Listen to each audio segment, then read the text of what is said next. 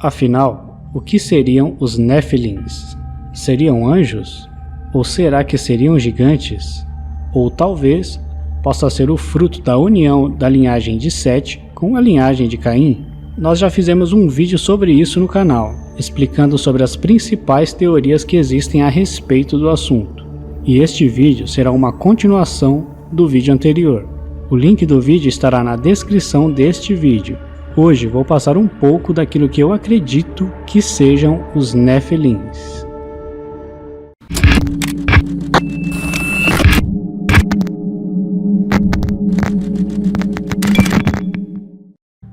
O que eu sempre entendi sobre essa questão dos Néfilins é que eles seriam o resultado da união entre anjos e as filhas dos homens. Ou seja, anjos tiveram literalmente relações com mulheres no passado.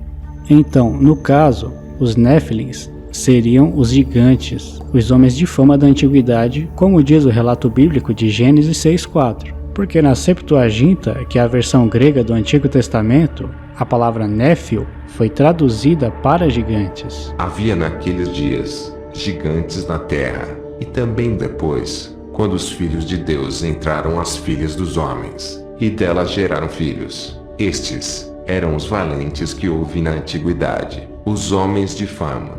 Gênesis 6:4. Porém, a meu ver, essa conta nunca fechou, porque como o texto diz, naquele tempo haviam gigantes na terra, e também depois, quando os filhos de Deus possuíram as filhas dos homens e lhes geraram filhos. Esses haviam Nefilins antes e também depois? Eu nunca entendi.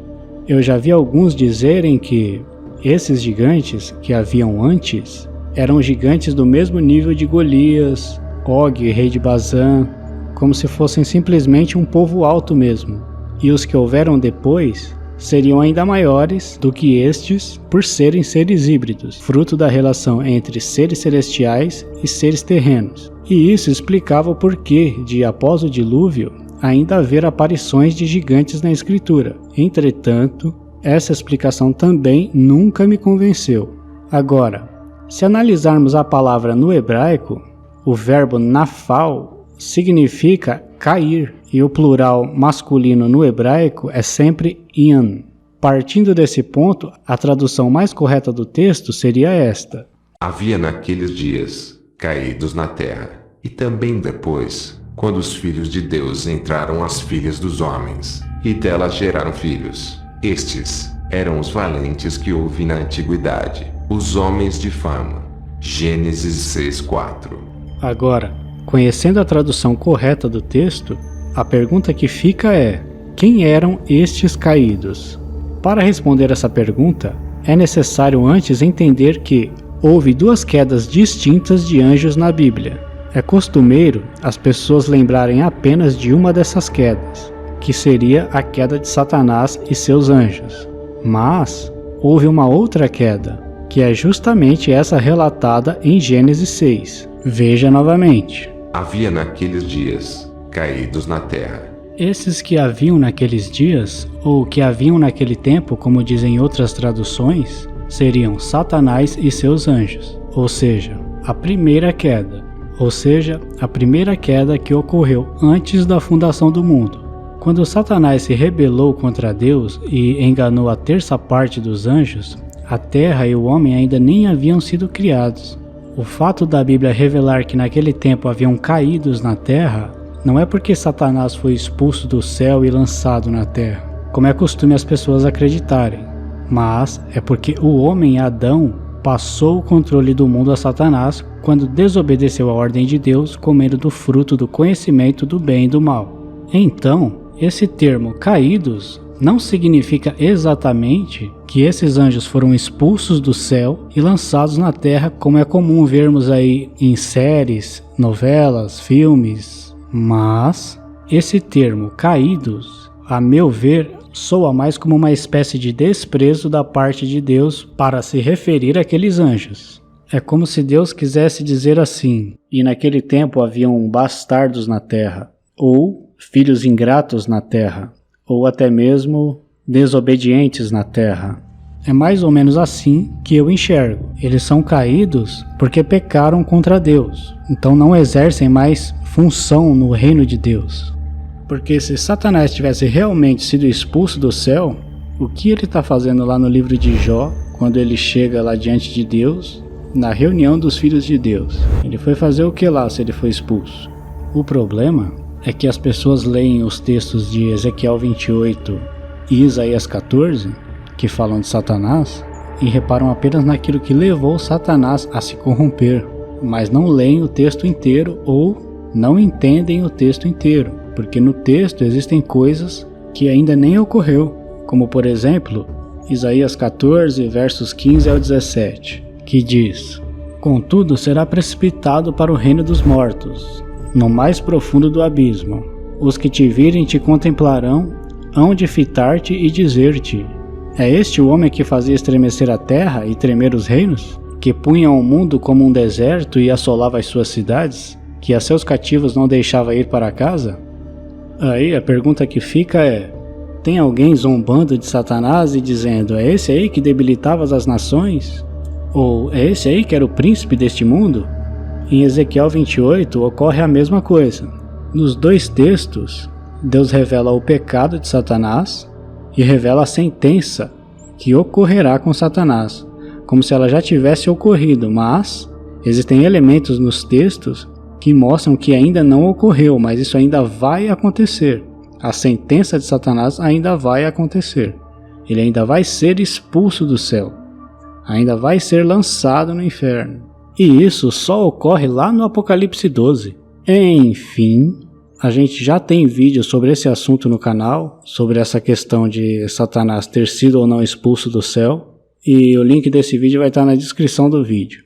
Agora, continuando o tema sobre os Néfilins, vimos que Satanás e seus anjos eram os que haviam naquele tempo.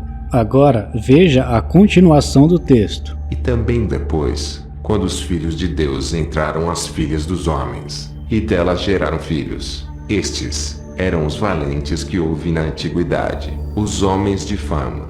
Gênesis 6:4. E esse "e também depois" fica a pergunta: depois quando? Aí o próprio texto vai responder: depois, ou quando os filhos de Deus possuíram as filhas dos homens e lhes geraram filhos. Ou seja, esses que houveram depois, o próprio texto revela o motivo deles terem sido considerados caídos. E qual foi o motivo?